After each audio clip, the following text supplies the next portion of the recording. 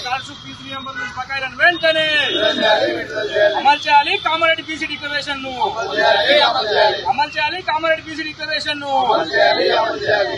చెల్లించాలి. పెండింగ్ లో ఉన్న ఫీజు రియంబర్స్మెంట్ వెంటనే చెల్లించాలి. పెండింగ్ లో ఉన్న ఫీజు రియంబర్స్మెంట్ వెంటనే చెల్లించాలి. దిగిరాని ప్రభుత్వాన్ని దిగిరాని ప్రభుత్వాన్ని పెండింగ్ లో ఉన్న ఫీజు రియంబర్స్మెంట్ బకాయిలు వెంటనే విడుదల చేయాలి. తెలంగాణ రాష్ట్రంలో గత 4 సంవత్సరాలుగా ఉన్నటువంటి ఫీజుల రియంబర్స్మెంట్ బకాయిలను తక్షణమే విడుదల చేయాలనే ప్రధాన డిమాండ్ తోటి ఈరోజు ప్రైవేటు యజమానుల కాలేజీల సంఘం రాష్ట్ర విద్యా సంస్థల మూసివేతకు నిర్ణయం తీసుకుంది.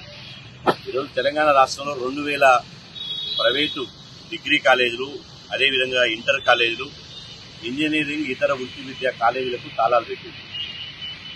ఈరోజు వాస్తవంగా ఈ ఉద్యమానికి కళాశాల యాజమాన్యాలు తాళాలు పెట్టి రోడ్ల మీదకి రావడానికి గత ప్రభుత్వం చేసినటువంటి ఇలా పాపం. గత ప్రభుత్వంలో 4,000 కోట్ల ఫీజుల బకాయిలు ఇవ్వాల్సి ఉన్నప్పటికీ 2-3 సంవత్సరాలుగా రావాల్సినటువంటి ఫీజుల రియంబర్స్మెంట్ బకాయిలు ఇవ్వలేదు. దీంతో ఆ 2.5 సంవత్సరాలు, అదేవిధంగా కాంగ్రెస్ వచ్చిన ఈ 2 సంవత్సరాల కాలంలో మొత్తంగా ఈ 4.5 సంవత్సరాలుగా 8,000 కోట్లకు పైగా ఫీజుల రియంబర్స్మెంట్ బకాయిలు చేపట్టింది. దీంతో కళాశాల యాజమాన్యాలు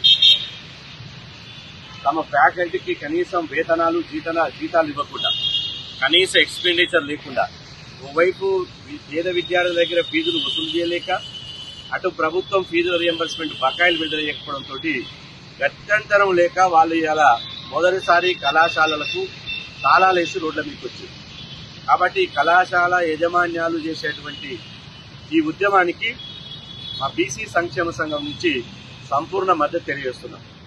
వాళ్ళు చేసే పోరాటం న్యాయమైనది, ధర్మమైనది.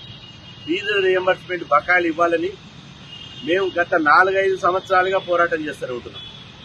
ఫీజుల రియంబర్స్మెంట్ బకాయిలు విడుదల చేయకపోతే పేద విద్యార్థుల చదువులు, ఉన్నత విద్యను మధ్యలోనే వదిలేసి మళ్లీ కులవృత్తులు పోయేటువంటి ప్రమాదం ఉంది. కాబట్టి ఖచ్చితంగా ఫీజుల రియంబర్స్మెంట్ బకాయిలు ఇస్తే తప్ప పేద విద్యార్థుల చదువులకు ఎక్కడ ఆటంకం ఉండవదు.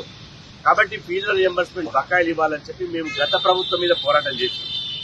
కాంగ్రెస్ పార్టీ అధికారంలోకి వచ్చే ముందు మాతో చర్చ జరిపి కామారెడ్డి డిక్లరేషన్ ప్రకారం ఫీజుల రియంబర్స్మెంట్ బకాయిలు మేము మొత్తం విడుదల చేస్తాం. అదేవిధంగా బీసీ విద్యార్థులకు ఇచ్చినటువంటి 10,000 ర్యాంకు నిబంధన ఎత్తివేస్తాం. ఆ తర్వాత మొత్తం ఎస్సీ, ఎస్టీ, మైనార్టీలకు ఏ విధంగానైతే ఫీజుల రియంబర్స్మెంట్ వర్తింపజేశారో బీసీ విద్యార్థులకు కూడా అదే మొత్తం ఫీజులు చెల్లిస్తామని చెప్పడం జరిగింది. కానీ ఇప్పటికీ 2 సంవత్సరాల అకాడమిక్ ఇయర్స్ అయిపోయింది, 2 సంవత్సరాల అడ్మిషన్లు అయిపోయినాయి. 10,000 ర్యాంకు నిబంధన దేవుడెరుగు. కానీ ఇవాళ ఇంజనీరింగ్ విద్యలో కామన్ ఫీజు ఏదైతే 35,000 నుంచి ప్రభుత్వం 45,000 పెంచింది. కనీసం ఆ 45,000 కూడా పెంచలేదు. దీంతో పేద విద్యార్థుల చదువులు ఇలా మధ్యలోనే వదిలేసి మళ్లీ కులవృత్తులకు వెళ్లేటువంటి ప్రమాదం ఉంది. పేద విద్యార్థులు అరిగోసపడుతున్నారు. పేద బడుగు బలైన వర్గాల విద్యార్థులు, ఎస్సీ, ఎస్టీ, బీసీ, మైనార్టీ విద్యార్థులు, అగ్రకుల పేద విద్యార్థులు ఫీజుల రియంబర్స్మెంట్ రాకపోవడంతో కళాశాల యాజమాన్యాలు హాల్ టికెట్ ఇవ్వడం లేదు. ఓ విద్యార్థికి చిన్న ఉద్యోగాలు వస్తే ఒరిజినల్ సర్టిఫికేట్ ఇవ్వమంటే కళాశాల యజమాన్యాల దగ్గరనే ఆ ఒరిజినల్ సర్టిఫికేట్లు ఉన్నాయి, ఆ ఒరిజినల్ సర్టిఫికేట్ ఇస్తలేదు, టీసీ ఇస్తలేదు. మేము అంటున్నాం ఆసరా పింఛన్దారులు ఏదైతే వృద్ధులకు, వితంతువులకు ఆసరా పెన్షన్లు ప్రతి నెల ఇస్తున్నారు, ఇవ్వాల్సిందే. అదేవిధంగా ఉద్యోగుల జీతభత్యాలు ప్రతి నెల ఇస్తున్నారు, ఇవ్వాల్సిందే. ఐఏఎస్లకు జీతభత్యాలు ప్రతి నెల వస్తున్నాయి. మంత్రులు, ముఖ్యమంత్రి జీతం కూడా ప్రతి నెల తీసుకుంటున్నారు. కానీ రేపు భావి భారత పౌరులైనటువంటి ఈ దేశ భవిష్యత్తుకు ఒక పునాది అయినటువంటి ఇవాళ విద్యార్థులకు మాత్రం ఫీజుల రియంబర్స్మెంట్ ఏళ్లకు బకాయిలు పెట్టిపోతున్నారు. నేను అంటున్న రాష్ట్ర బడ్జెట్ ఎక్కడ పోతుందని అడుగుతున్నా. బట్టి విక్రమార్క గారు మా దగ్గర రూపాయి లేదు, మేము ఫీజుల రియంబర్స్మెంట్ బకాయిలు ఇవ్వలేదంటున్నారు కదా. కేసీఆర్ చేసిన 8 లక్షల కోట్ల అప్పు ఎక్కడ పోయింది? అదేవిధంగా లక్షల కోట్ల బడ్జెట్ ఎక్కడ పోయింది? మీరు వచ్చిన తర్వాత ఇప్పుడు 1,70,000 కోట్లు ఎంతో 1,50,000 కోట్ల అప్పు చేశారు. మళ్లీ 2 సంవత్సరాల బడ్జెట్ 200 మళ్లీ లక్షల కోట్ల 2 సంవత్సరాల బడ్జెట్. ఈ లక్షల కోట్ల అప్పులు ఎక్కడ పోయినాయి, లక్షల కోట్ల బడ్జెట్ ఎక్కడ పోయింది? పేద విద్యార్థులు చదువుకుంటే స్కాలర్షిప్లు ఫీజులు మెచ్చాలి ఇవ్వమంటే మీకు మనసు ఒప్పడం లేదు. వాళ్ళు అడిగితే మాత్రం బడ్జెట్ లేదంటారు. కాంట్రాక్టర్లు పెద్ద పెద్ద పైరవికారులు అడిగితే మాత్రం బడ్జెట్ రాత్రి రిలీజ్ అవుతుంది. ఇది ఎక్కడి న్యాయం? కాబట్టి రేవంత్ రెడ్డి గారికి మేము విజ్ఞప్తి చేస్తున్నాం, డిమాండ్ చేస్తున్నాం. మీరు గత ప్రభుత్వం చేసినటువంటి పాపాలు ఎట్లయితే ఉన్నాయో అట్లాంటి దాంట్లో మీరు భాగం పంచుకోవచ్చు. గతంలో కేసీఆర్ ఫీజుల రియంబర్స్మెంట్ కు తూటు కొడదాం, అదేవిధంగా ఫీజుల రియంబర్స్మెంట్ ఫాస్ట్ పథకం చేసి ఎత్తివేద్దామని చూస్తే కర్రు కాల్చి వాత పెడతాం బిడ్డ.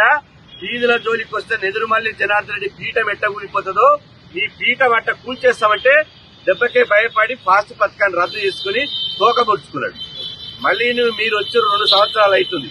మేము ఇన్ని రోజులు ఎందుకు ఆగినామంటే మీ మీద ఉన్న గౌరవంతో ప్రభుత్వం ఇప్పుడిప్పుడే వచ్చింది. కేసీఆర్ చేసిన పాపాలని ఒక్కొక్కటి కడుపుట ఫీజుల బకాయిలు కూడా చెల్లిస్తారు, సర్పంచుల బకాయిలు చెల్లించరైతుంది, అదేవిధంగా ఇలా ఫీజుల బకాయిలు చెల్లించరైతుంది. కాబట్టి ఒక్కొక్కటే చెల్లిస్తారని చెప్పి మీకు 20 నెలలుగా అవకాశం ఇచ్చినాం. కానీ కాంగ్రెస్ ప్రభుత్వం కూడా గత ప్రభుత్వం లాగానే చేస్తే మా పేద విద్యార్థులు బదారణ పడాలా, మా పేద విద్యార్థులు కులవృత్తులలో పరిమితం కావాలా, మా పేద బడుగు బలైన వర్గాల విద్యార్థులు ఉన్నత చదువుకుని విదేశాలకు పోద్దా? కాబట్టి ఖచ్చితంగా మేము హెచ్చరిస్తున్నాం. మీరు ఇది ప్రభుత్వానికి ప్రైవేటు కళాశాల యాజమాన్యాలకు జరిగేటువంటి పోరాటం కాదు. ఇందులో 22 లక్షల మంది విద్యార్థుల సమస్య. ఇది 22 లక్షల మంది విద్యార్థుల భవిష్యత్తు సంబంధించిన సమస్య. కాబట్టి బేషరత్గా ముఖ్యమంత్రి రేవంత్ రెడ్డి గారు, అదేవిధంగా ఆర్థిక మంత్రి బట్టి విక్రమార్క గారు మీరు ఏం చేస్తారో అన్ని పనులు ఆపేసేయండి.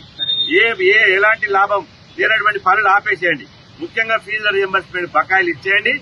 ఈ సంవత్సరం నుంచి గ్రీన్ ఛానల్ పెట్టండి. ప్రతి 3 నెలలకు ఒకసారి గ్రీన్ ఛానల్ పెట్టి ఇవ్వాలి.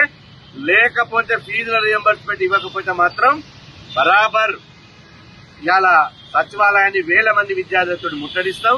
అదేవిధంగా రాష్ట్ర వ్యాప్తంగా ఎంఆర్ఓ ఆఫీసులు, కలెక్టర్ ఆఫీసుల దగ్గర ఆందోళన చేసి టెంట్ వేసుకుని ధర్నాలు, దీక్షలు, ముట్టడి కార్యక్రమం పెడతాం.